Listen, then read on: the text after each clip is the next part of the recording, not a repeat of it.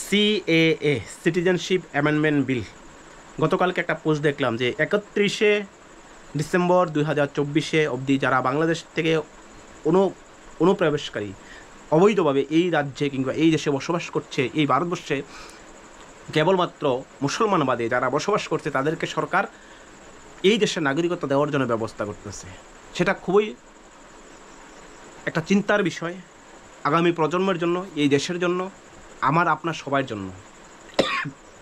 কারণ আগামীকাল আপনার ছেলে আর বাংলাদেশের থেকে বয়ে আসা একজন ছেলে দুজন যখন ইন্টারভিউ দেয়, যখন ওই বাংলাদেশের ছেলেটা সরকারি চাকরি পায়, সরকারি সুযোগ পাইব, যখন আপনার ভাগের ভিতরে 50% তাদেরকে শেয়ার করা হইব, তখন কিন্তু আপনি সেই সমর্থন আর করতেন না।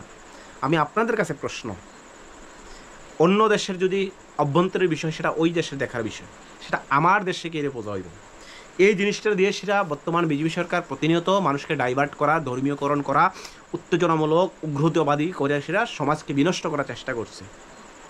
দেশে নাই উন্নয়ন, দেশের বেকার কর্মসংস্থান নাই, দেশের রাজ্যের কথাই কইতাছি, রাজ্যের চিকিৎসা ব্যবস্থার কী অবস্থা, শিক্ষা ব্যবস্থা কী অবস্থা, রাস্তাঘাটের কী অবস্থা, অথচ কোনো কথা নাই। সেই নিয়ে আমরা সাধুবাদ জানাই, খুবই লজ্জাজনক বিষয়। আমি মনের মন থেকে এই সিএএ বিলকে আমি অপোজ করি। আমি মনে করি এটা আমাদের সাংবিধানিক অধিকারকে হনন করা হইতেছে। এই দেশের নাগরিকের মৌলিক অধিকারের, এই দেশের মানুষের হকের এক বিরাট ষড়যন্ত্র চলতেছে, একমাত্র ভোট ব্যাংক পলিটিক্সের জন্য এই দেশের মানুষকে ধ্বংস করার এক বিরাট বড় চক্রান্ত চলতেছে বর্তমান সরকার, বিজেপি সরকার চালাইতেছে।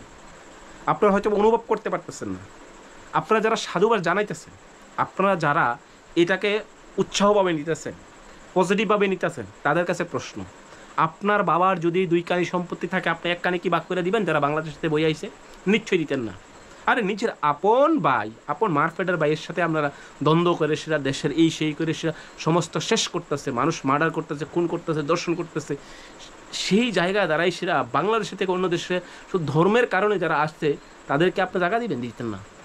আগামীকাল, আগামী ভবিষ্যৎ, আগামী প্রজন্ম এক ভয়াবহ রূপ ধারণ করবে এই সিএএ এর কারণে। এটা গতকালকেই ঘোষণা করা হয়েছে 31শে ডিসেম্বর 2024। তৎকালীন সময় আসলো 31শে ডিসেম্বর 2014।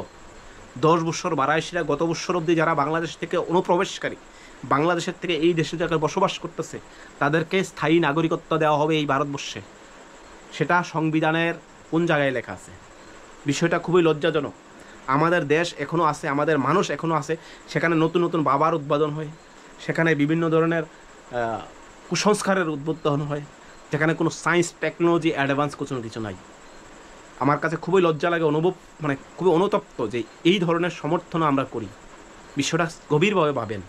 কালকে যদি আপনার ছেলে পায়, শুধু ধর্মের আধারে মানুষকে বিভ্রান্ত করলে হইতো না, ধর্মের আধারে মানুষকে বিনষ্ট করলে হইতো না, ধর্মের আধারে এই দেশের মৌলিক অধিকারকে নষ্ট করলে হইতো না, ধর্মের আধারে মানুষের মৌলিক চাহিদাগুলি নষ্ট করলে হইতো না।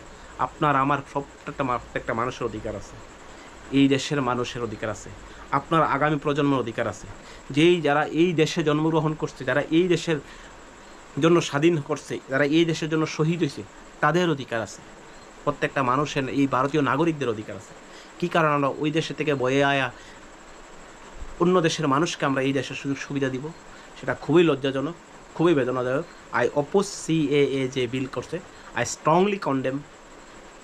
এটাকে শীঘ্রই এটা রিভাইভ করা দরকার, শীঘ্রই এটাকে ধ্বংস করা দরকার, শীঘ্রই এটাকে প্রত্যাবর্তন তুলে নেওয়া দরকার। এটা আমাদের এই ভারতের নাগরিকদের আইনি সুরক্ষা থেকে শুরু করে বিভিন্ন সুযোগ সুবিধার থেকে বিভ্রান্ত করার এক বিরাট বড় ষড়যন্ত্র। এখন দিয়ে সবাই চুপ। সিএএ জন্য হাজার হাজার মানুষ প্রতিবাদ করছে সারা ভারতবর্ষ জুড়ে। কেড়ে যদি কোনো বিল পাস হয় ধর্মের আধার হইবে, খুবই লজ্জাজনক। I strongly condemn to stop CAA.